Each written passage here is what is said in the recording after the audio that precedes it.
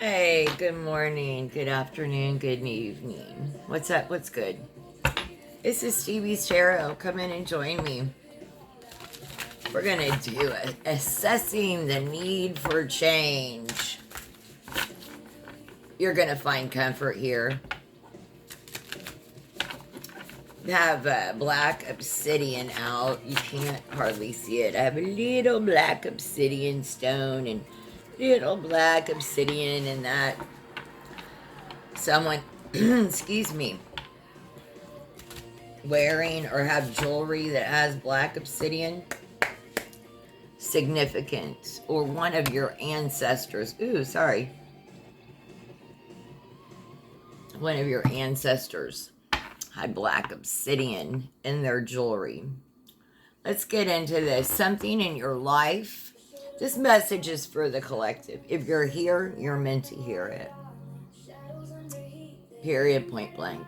Something in your life that requires change. What requires confirmation? What requires change? The Hierophant. Is it your beliefs? Your religious beliefs? See what this... Your spiritual beliefs? Are they changing? They require some change. This is wisdom. The Hierophant exudes grandmother energy. She's got the kind of sage wisdom that can only be gained by living.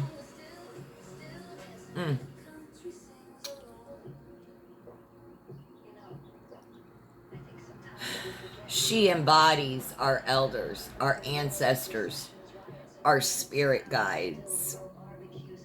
This card has a way of showing up when we're scrambling for quick fixes.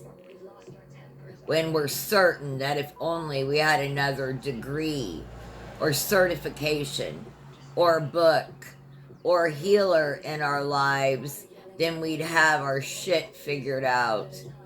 The Hierophant is wholly uninterested in this kind of knowledge. What she cares about is the wisdom that's already within us. Cues from our body, visions.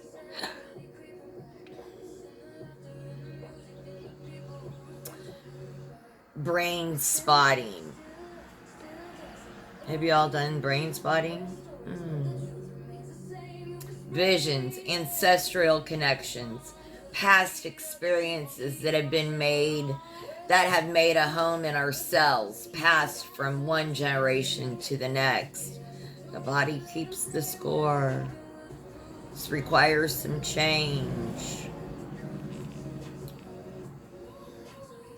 The Hierophant represents the type of mentor who recognizes that we are all experts of our own lives. Ooh, lies. Is someone telling lies on you? I hope you're not. The Hierophant represents the type of mentor who recognizes that we are all experts of our own lives and sees her role as merely helping you understand yourself better. She is a great ally in those desperate times when we're grasping for anything and anyone to make us feel better. And isn't that right about now, y'all? With everything that's going on in the world, kind of grasping for that. Call on her when you need guidance. She won't tell you what to do, but she will light the path to help you find your way out of the darkness. Call on your ancestors. They're here to help. They need your permission to work on your behalf. Further explanation of what needs to change. Let's see. Explorer of Pentacles.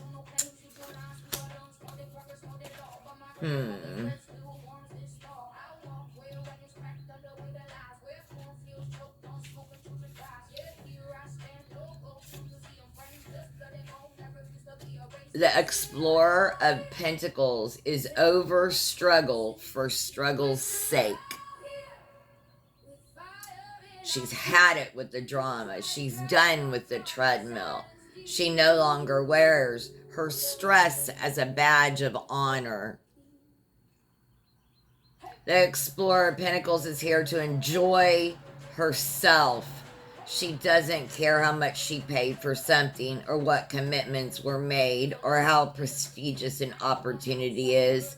If it's not a hell yes, it's a hell no. This card brings to the surface how often we find ourselves addicted to suffering and skeptical of joy.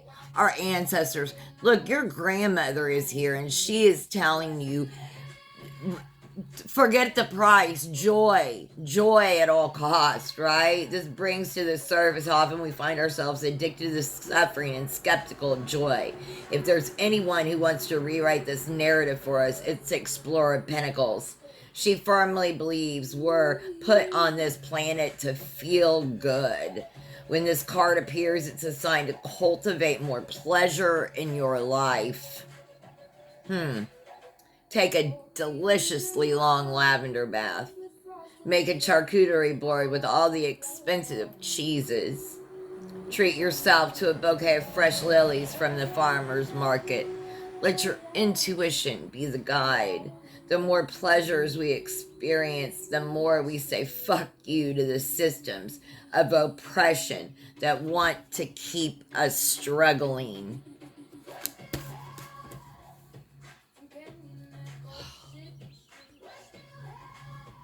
I'm part of the collective. I'm taking in this message too.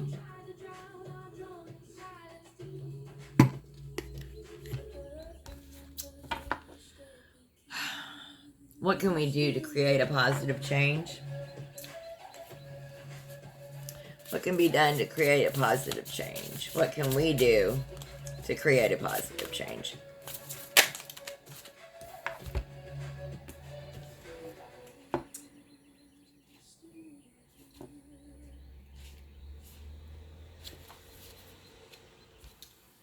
The Backpacker of Swords is lovable and obnoxious at the same time.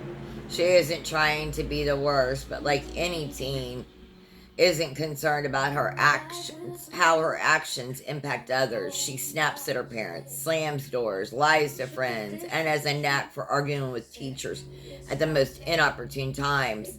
But the Backpacker of Swords can teach us a thing or two about the benefits of disobedience. She embodies a sense of healthy differentiation, figuring out where she ends and other people begin.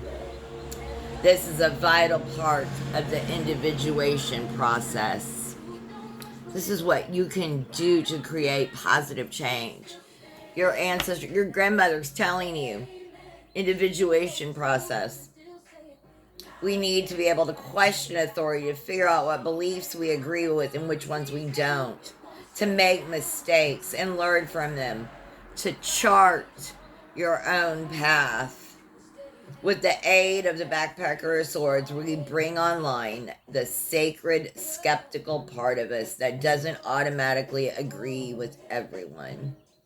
We see words as words, not truth. We filter what people say through our own lens and observe how it lands in our body, what resonates, and leave the rest.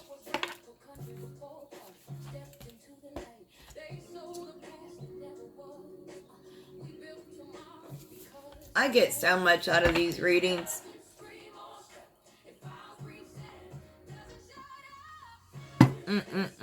What should you do to step out of your comfort zone? Something we should do to step out of our comfort zone. Guide of Cups.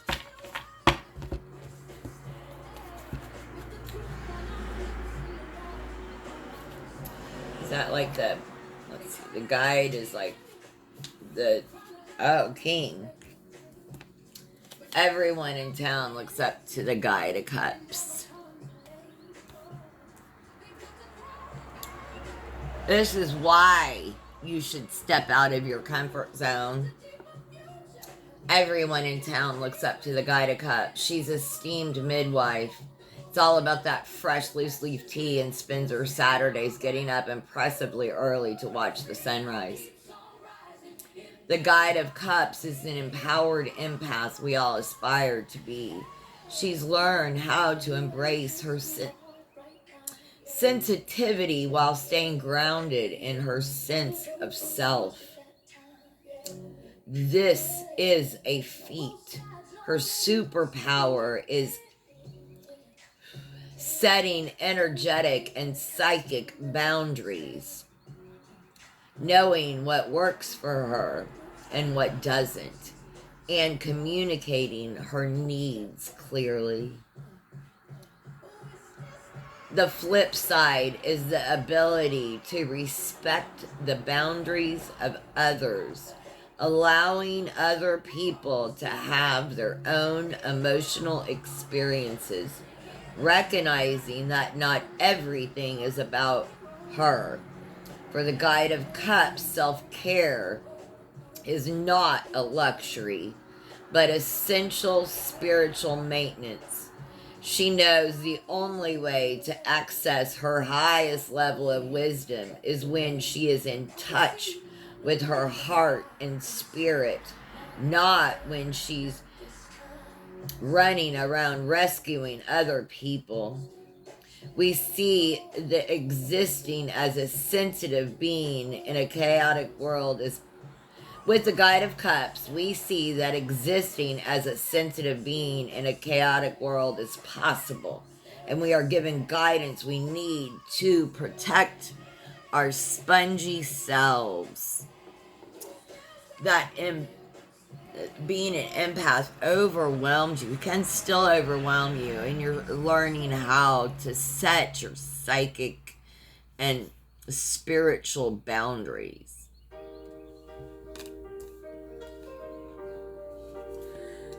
I tell you, boundaries are hard in anything.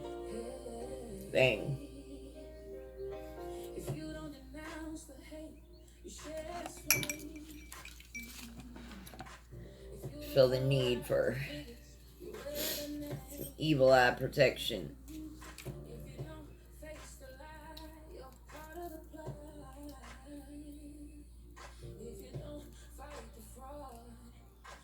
There.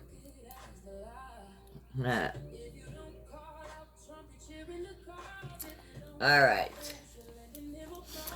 Why or how can you embrace this change? How can you embrace this change?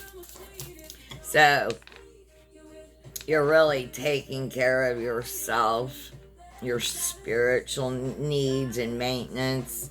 It's a must. It's a requirement. Right? Raising the vibration for the greater good. You are that person that they look up to. You have to set your boundaries, your psychic and spiritual boundaries. So, how can you embrace this change? How can we embrace this change?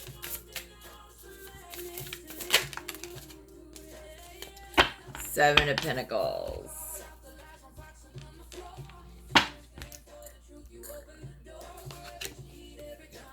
It's usually like reciprocity. No, that's 6. Let's see. Perseverance. Yeah. And you've got it. You got it, dude. Sometimes a lesson is to respect when you're pushing yourself too hard and stop.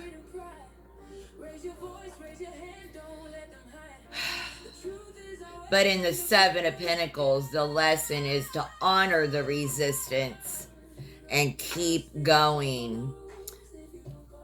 I'm recording this on the 27th of March, Friday.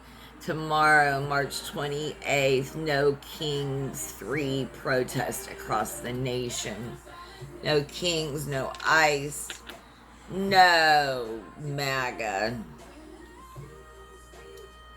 This card brings to the surface the nuance of these two experiences of discomfort and gives us the ability to discern between them.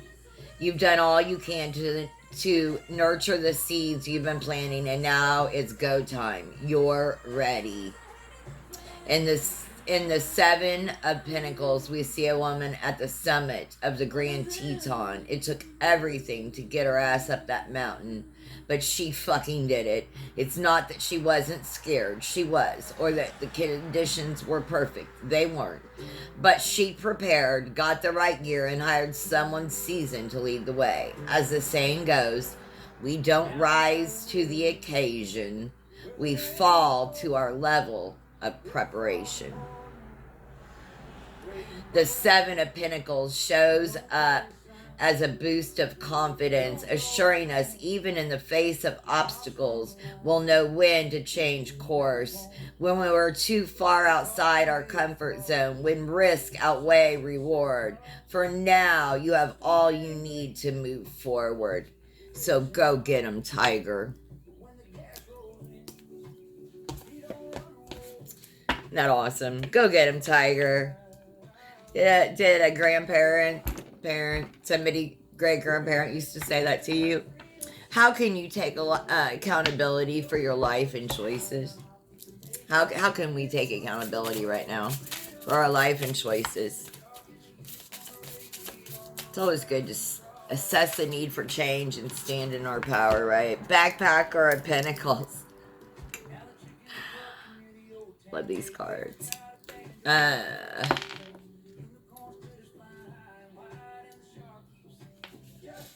Do less.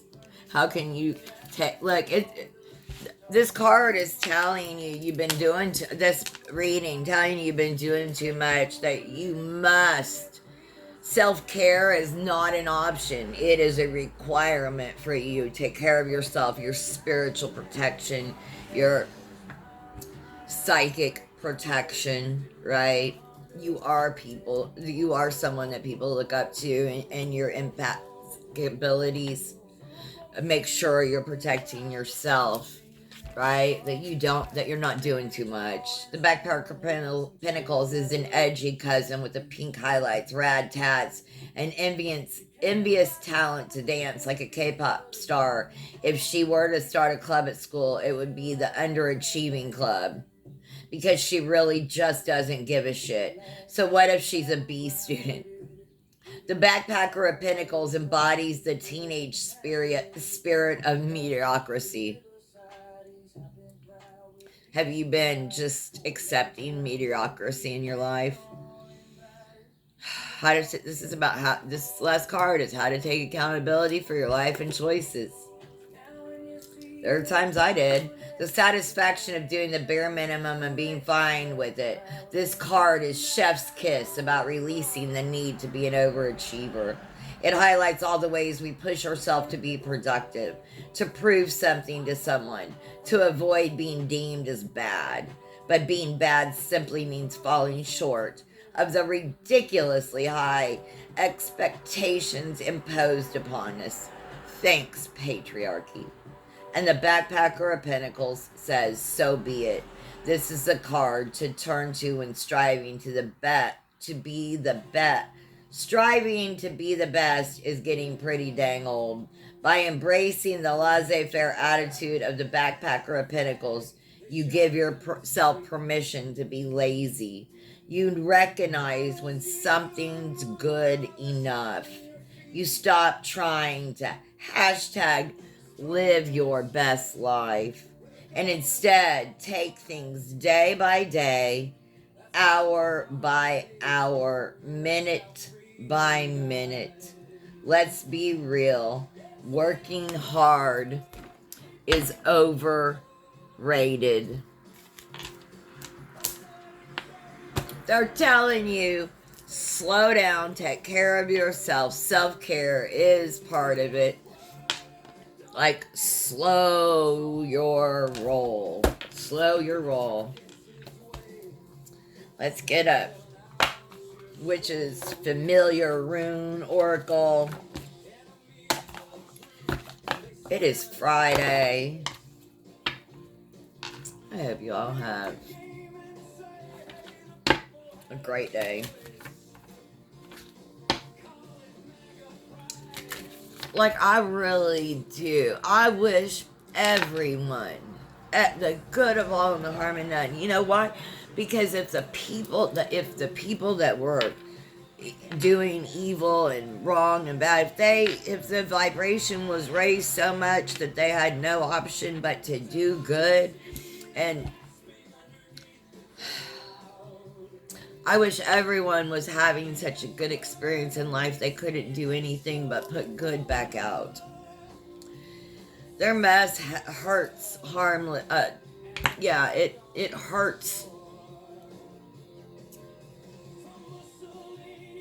You know, helpless children and women and you know, a matriarchy isn't about women on top. It's about children on top, and then the society does everything to lift the children up and what they need to support those children in life. We don't do that in the United States. It's a patriarchy. Um, you know, right now, what do you want to call it, right? Dictatorship. I don't know. Autocracy. But listen, we're going to get through this. Let's have a...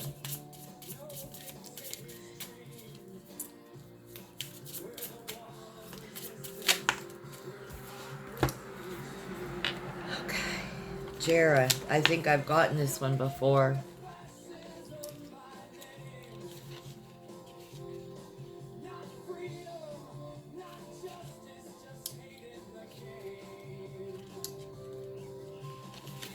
The honeybee. After much diligence, the honeybee finally reaps the sweetest harvest.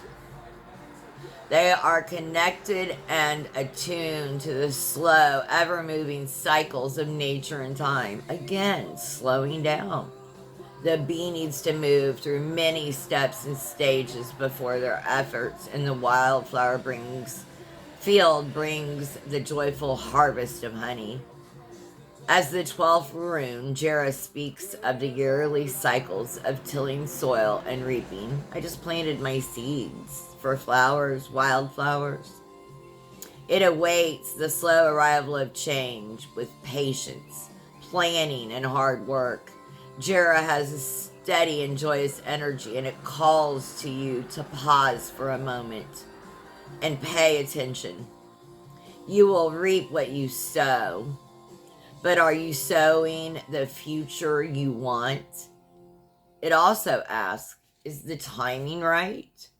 Jera indicates a total and happy completion with the promise that your reward is coming. Fruition, balance, abundance, rhythms, harmony. Beautiful Jera is wonderful to work with during the blossoming cycles of conception, pregnancy, and birth. Entertainment purposes only. Write this rune in honey on your belly before a pampering flower-infused bath. I hope you found messages here. If you did, like, share, and subscribe. Leave a kind comment. Hashtag I claim Jera. Thank you so much for joining me. Have the most blessed day.